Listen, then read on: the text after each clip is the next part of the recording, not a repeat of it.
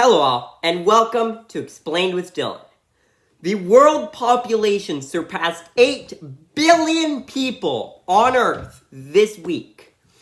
That means there is 8 billion people on Earth right now, and I know I just said that. Surely one of them could be a competent quarterback for the Carolina Panthers, right?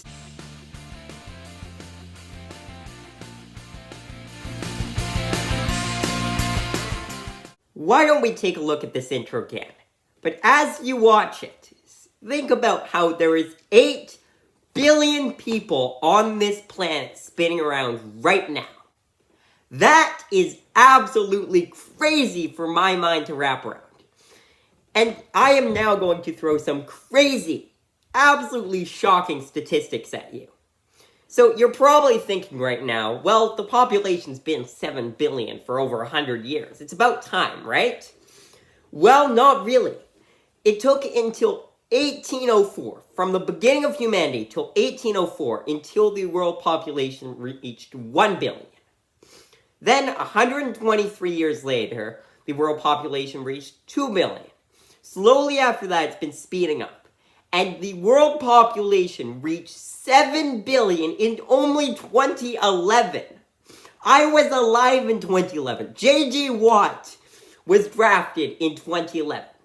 This means that over J.J. Watt's entire playing career so far, we have gained 1 billion people on this planet. It also means that when I was alive, I'm not that old, there were only 6 billion and probably 900 million and a couple other things, people on this planet. That is so hard for me to wrap my mind around right now. How quickly we have gained 1 billion people. Again, it took from the beginning of humanity till 1804. And now in a mere 11 years, we gained 1 billion people. Now this might seem really cool, but there are tons of problems that go hand in hand with it. The world is already overpopulated. There are food shortages across Asia and Africa. I made a video about that 2 weeks ago. I'll leave a link to it in the description. But whenever you reach the point on a planet where there isn't enough food on that planet to feed all the people on that planet, that is when you're overpopulated, in my opinion. Because you should have enough food on that planet to feed everyone on that planet. Everyone needs food. So it really just makes sense that there needs to be enough food, and yet there isn't on this planet, which means we are overpopulated. And it's not great for the Earth either, because we are polluting more and more and more. Each person pollutes quite a bit. So now that there's 1 billion people more than in 2011, think of how many more people are polluting. The good news, though, is that since 2011, we have gotten significantly better with pollution around North America, that we are polluting significantly less than we were back then. But in places like Asia, where the population is rising rapidly, they are burning more and more coal to produce enough energy for their country. So even if in North America we are polluting less, then as a planet we are polluting more because there are more people. The good news is that by the end of this century, the world population should be starting to flatline a little bit and even start to shrink. The problem is we're expected to gain 4 billion people on this planet more before that happens. That is currently half the world's population. So if you add on another 50% of the world's population before the end of the century, it's predicted. So this could still pose to be a massive issue that there's nothing any person can do about it.